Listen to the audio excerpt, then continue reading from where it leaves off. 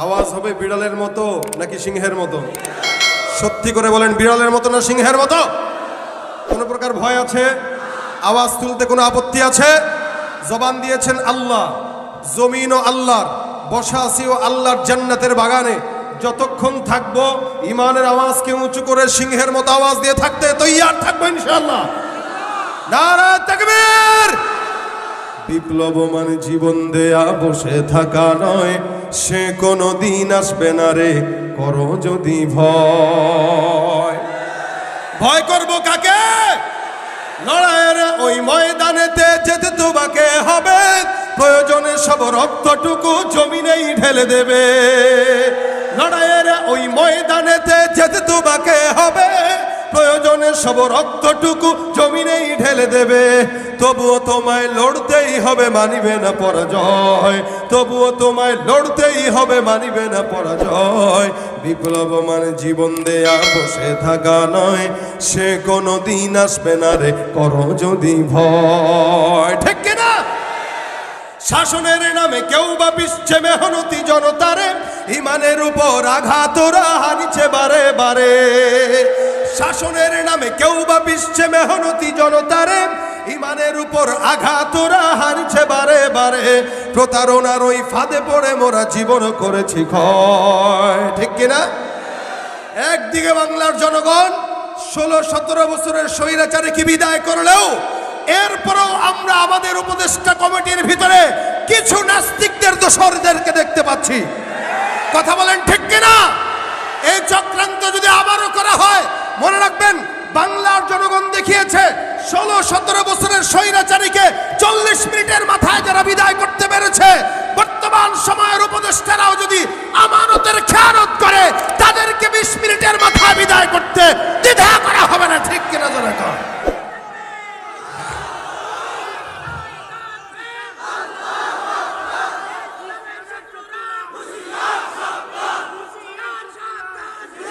যারা LGBT support করে, সমকামিতা সাপোর্ট করে, এই সমস্ত সমকামীদেরকে আমরা আমাদের নতুন বাংলাদেশে দেখতে চাই না। যারা অতীতে স্বৈরাচারীদের প্রেতাত্মা হয়ে আমাদের সমাজে নোংরাতা ছড়িয়েছে, এদেরকে বাংলার জনগণ নতুন বাংলাদেশে দেখতে চায় না। শাসনের নামে কেউ বা পিছছে মেহনতি জনতারে, ইমানের উপর আঘাত ওরা হানিছে বারে বারে। প্রতারণার ওই ফাঁদে পড়ে মোরা জীবন করেছি ক্ষয়। প্রতারণার ওই ফাঁদে পড়ে মোরা জীবন করেছি ক্ষয়। বিপ্লব মানে জীবন দেয়া বসে থাকা নয়, সে কোনো দিন আসবে না রে করো যদি ভয়। ঠিক কিনা? এ ভাইরা আমার, নতুন বাংলাদেশ যেহেতু নতুন ভাবে কথা হবে ইনশাআল্লাহ, তবে আমরা বলতে চাই এক স্বৈরাচারের বিদায় হলেও এখনো এদেশ আমাদের কাছে নিরাপদ মনে হচ্ছে না। চাঁদাবাজি আগেও চলেছে, এখনো কেউ কেউ করার পায়তারা করতেছে। শিক্ষা নিতে হবে অতীত থেকে। কেউ যদি অতীত থেকে শিক্ষা না নেয়, এখনো জায়গায় জায়গায় আমরা অনেক জায়গায় দেখছি কিছু কিছু জায়গায় আলেমদেরকে অত্যাচার করা হচ্ছে। কিছু কিছু জায়গায় মাহফিলেও আমাদের দেশের নব্য নেতারাও ঘন্টার পর ঘন্টা বক্তৃতা দিয়ে সময় পার করছে। আমরা নতুন কোনো বাংলাদেশকে নতুন কোনো স্বৈরাচারীদের হাতে তুলে দিতে চাই। এজন্য আমরা ক্ষমতার পালাবদল অতীতে দেখেছি। এক সরকার গিয়েছে তো আরেক সরকার এসেছে, শান্তি আমরা দেখি নাই। শান্তি যদি দেখতে চান, কোরআন সুন্নাহর দেশ ছাড়া শান্তি দেশে আশা করা যায় না। এজন্য কোরআন আছে যেখানে, জবান খুলে বলেন ইসলাম আছে যেখানে, কোরআন সুন্নাহ যেখানে, ইনশাআল্লাহ কোরআনের বাংলাদেশ হবে আগামীর বাংলাদেশ, ইসলামের বাংলাদেশ হবে আগামীর বাংলাদেশ। আল্লাহ পাক এদেশকে ইসলামের বাংলাদেশ হিসেবে কবুল করুক, বলেন আমিন। কোরআন সুন্নাহর দেশ হিসেবে কবুল করুক, বলেন আমিন। যারা দাঁড়া আছেন বসেন, সবাই বসে যান। আপনারা সময় যদি দেন ইনশাআল্লাহ বেশিক্ষণ নয়, মাগরিবের আগ পর্যন্ত যথেষ্ট সময়, বেশিক্ষণও নয় আবার কমও নয়। আমরা সাধারণত প্রধান আলোচক হলে অতটুকুই কথা বলি। আজকে আপনাদের এখানে আমার আসার কথাই না, কিন্তু তকদির রেজওয়ান রফিকি সাহেব বন্ধুবর উনি দুপুরে ফোন দিয়ে বললেন যে তোমাকে একটু আসতে হবে, আমি এই জায়গায় আছি, এক জায়গায় আসো। কোথায়? আমাকে লোকেশন পাঠিয়ে দিয়ে বললো কোনো কথা নাই, আসরের পরে এই জায়গায় বসতে হবে। তা কেন বসবো? তা বলতেছে রফিকুল ইসলাম মাদানী সে জ্যাম জটের কারণে এখনো সময় মতো আসতে পারবে কিনা কোনো গ্যারান্টি নাই। ঢাকা শহরে আপনারা জানেন আমাদের দেশে স্বৈরাচারীদের প্রেতাত্মারা নতুন নতুন নামে এখন আন্দোলন করে দেশের অরাজকতা তৈরি করতেছে। সেদিনও গাজীপুরে এক জায়গায় মাহফিলে যাব, বাস রাস্তাঘাটে শ্রমিক বেশে এসে জ্যামজট লাগিয়ে আন্দোলনের নামে সারা ঢাকা শহর অচল করে দিয়েছিল। সারা দিন জ্যাম, প্রায় 6-7 ঘন্টা জ্যাম ছিল। এভাবে অনেক জায়গায় পরিস্থিতি ঘোলাটে করার চেষ্টা তারা করতেছে। ইনশাআল্লাহ আলহামদুলিল্লাহ আমাদের দেশের জনগণ তাদের এই সমস্ত চক্রান্তগুলো সফল হতে দিবে না ইনশাআল্লাহ। তবে এখনো আমরা নির্ভয়ে থাকতে পারছি না যতক্ষণ পর্যন্ত ভালো বিহিত না হবে। তো আপনাদের এখানে আসার কথা ছিল আমাদের ছোট ভাই রফিকুল ইসলাম মাদানী, তা আসবে কিনা তার সাথে আমার কথা হয়নি আজকে, বাকি কমিটির ভাইয়েরা জানেন। তবে যদি আসেও দেরি হবে, আর যদি জ্যামজটের অবস্থা খারাপ হয় তাহলে আসতে পারবে কিনা জানি না। যা হোক, তো তার বাসা অনেক দূরে, সে নেত্রকোনায় থাকে। নেত্রকোনা পাড়ি দিয়ে ফরিদপুরের মাটিতে আসা অনেক কষ্টের বিষয়। তাহলে এরপরেও যদি সুযোগ থাকে আসবে। এক এক আলোচক আসবে, এক এক আলোচক যাবে। মাথা রাখবেন একটা, আপনারা রফিকুল ইসলাম মাদানী বলেন, রেজওয়ান রফিকি বলেন, এই মজলিসে যতগুলো ওলামা একরামদের নাম আছে তারা বলেন, আমরা প্রত্যেকটা আলেমদেরকে পছন্দ করি শুধুমাত্র তাদের কোরআনের কারণে।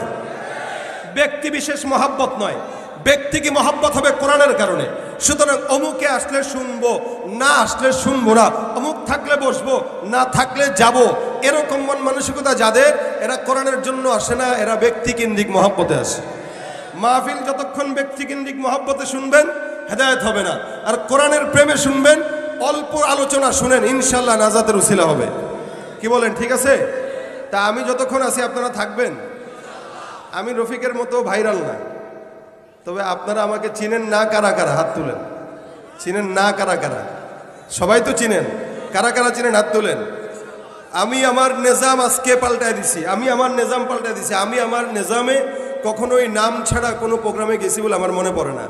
কিন্তু রেজওয়ান রফিকি সাহেব আমার খুব ক্লোজ বন্ধু মানুষ, উনি বলছেন যে কোনো কথা নাই, তুমি আসবা, এই জন্য আমি আসছি। আলহামদুলিল্লাহ। আপনারা খুশি? আপনারা থাকবেন, আপনারা বসবেন, আওয়াজ দিবেন। যদি থাকেন ওয়াজও হবে, দু একটা গজলও হবে, শুনবেন ইনশাল্লাহ। কাউকে ছাড় দিয়ে কথা বলার সুযোগ আছে?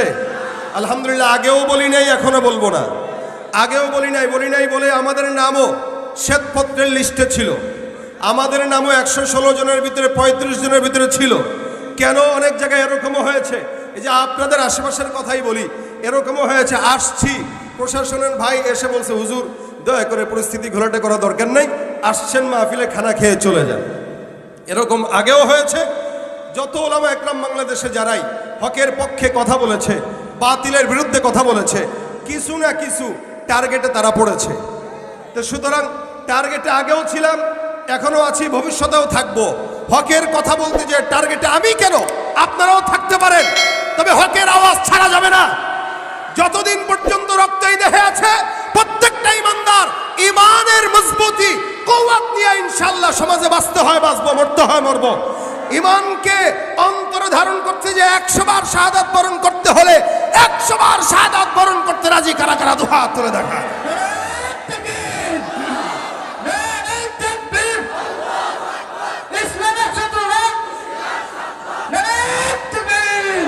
ছুটে আয় শাহজালালের নির্ভীক সৈনিকেরা, খতম করে নাস্তিকেদের চেলা চামুন্ডাগুলা। অলিদের এই ভূমিতে বিপ্লবেরই মশাল জ্বালা, অলিদের এই ভূমিতে বিপ্লবেরই মশাল জ্বালা। ছুটে আয় শাহজালালের নির্ভীক সৈনিকেরা, খতম করে নাস্তিকেদের চেলা চামুন্ডাগুলা। শাহজালালের স্বপ্ন ছিল আল কোরআনের জ্বলবে আলো, শাহজালালের স্বপ্ন ছিল আল কোরআনের জ্বলবে আলো। সেই আলো ছড়িয়ে দিতে, সেই আলো ছড়িয়ে দিতে বিপ্লবেরই মশাল জ্বালা। ছুটে আয় শাহজালালের নির্ভীক সৈনিকেরা, খতম কর নাস্তিকেদের চেলা চামুন্ডাগুলা। অলিদের এই ভূমিতে বিপ্লবেরই মশাল জ্বালা, অলিদের এই ভূমিতে বিপ্লবেরই মশাল জ্বালা। ছুটে আয় শাহজালালের নির্ভীক সৈনিকেরা, খতম কর নাস্তিকেদের চেলা চামুন্ডাগুলা। ঠিক কিনা ভাইরা? আমরা আমাদের পরিচয় কি? আমরা ইমানদার। আমাদের পরিচয় কি? আমরা মুসলমান। যারা এখানে আছেন সকলেই তো মুসলমান, সকলেই মুসলমান। বলেন আলহামদুলিল্লাহ। এটা আল্লাহ পাকের খুসুসি রহমত আমাদের উপরে। আমরা কি আল্লাহকে বলছিলাম যে আল্লাহ মুসলমান বানান? হ্যাঁ, বলছিলাম যে মানুষ বানান, আল্লাহ মানুষও বানিয়েছেন, মুসলমানও বানিয়েছেন। যদি আল্লাহ পাক আমাদেরকে হিন্দু বানাতেন বড় বিপদে পড়তাম, খ্রিস্টান বানাইতেন বিপদে পড়তাম, নাস্তিক বানাইতেন বিপদে পড়তাম, ইয়াহুদির ঘরে জন্ম দিতেন তো বিপদে পড়তাম। কেন? বলে ইয়াহুদির ঘরে জন্ম নিয়ে মুসলমান হওয়া বহুত টাফ, এত সোজা না, অনেক কঠিন। কেননা আপনি ফিতরাতিভাবে জন্মসূত্রে আপনি ইয়াহুদির ঘরে জন্মগ্রহণ করবেন, বিধর্মীর ঘরে জন্মগ্রহণ করবেন, আবার মুসলমান হবেন, এটা অনেক কষ্টের বিষয়। গ্যারান্টি নেই যে মুসলমান হবেন, কিন্তু আলহামদুলিল্লাহ ইমানদারের ঘরে জন্ম নিয়েছেন, আশা করা যায় একদিন না একদিন জান্নাতে যাবেন। কারণ রাসূল বলেছেন, মান ক্বালা লা ইলাহা ইল্লাল্লাহ ঈমানান ওয়া ইহতিসাবান ফাদাখালাল জান্নাহ। কেউ ঈমানের সঙ্গে ইহতিসাবের সঙ্গে একবার যদি কালেমা পড়ে ও জান্নাতে ঢুকে যাবে। সুবহানাল্লাহ। আস্তে কোন, কে জোরে কোন। নবীর কথা সত্য না মিথ্যা? রাসূল বলেছেন কেউ ঈমানের সঙ্গে একবার পড়বে তো কোথায়? জান্নাতে। তাহলে যে ব্যক্তিটা মুশরিক হয়ে জন্মগ্রহণ করলো তার কি কালেমা পাঠ করার সুযোগ আছে? তাহলে জান্নাতে যাওয়ার কোনো সুযোগ নাই। তবে কপাল যদি ভালো থাকে হয়তো 1000-এর ভিতরে একজন যারা মুশরিকের ঘরে জন্ম নিয়েও কি হয়? মুসলমান। তবে এটা কঠিন, বহুত কঠিন।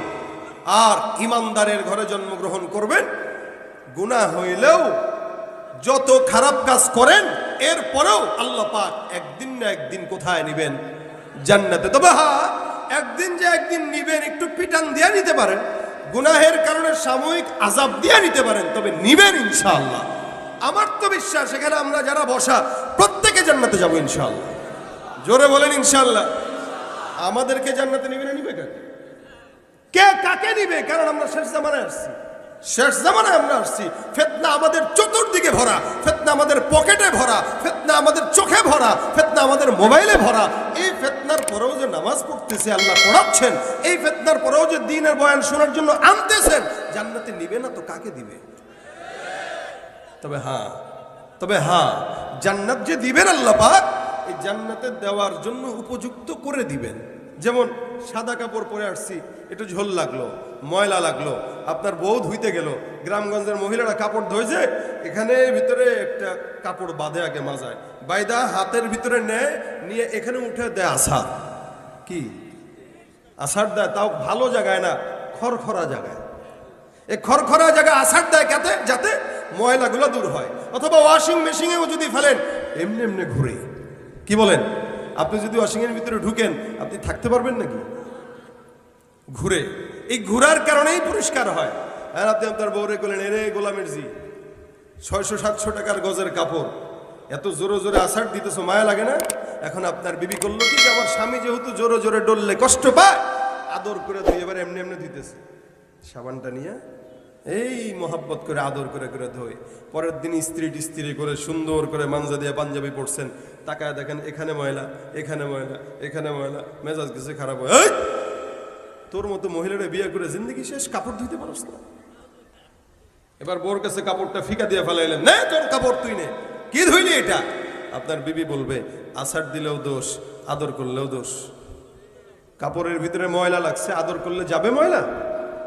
এই কাপড়কে পরিষ্কারের জন্য জোরে ডলতে হবে, আছাড়ও দিতে হবে। ইমানদারের বডিতেই মাঝে মাঝে গুনাহের ময়লা, জিনার ময়লা, গিবতের ময়লা, শিকায়েতের ময়লা, শত্রুতার ময়লা লাগে। আল্লাহ পাক ইমানদারকে জাহান্নামে দেন সাজার জন্য না, ময়লা দূর করে জান্নাতের উপযুক্ত বানানোর জন্য দেন।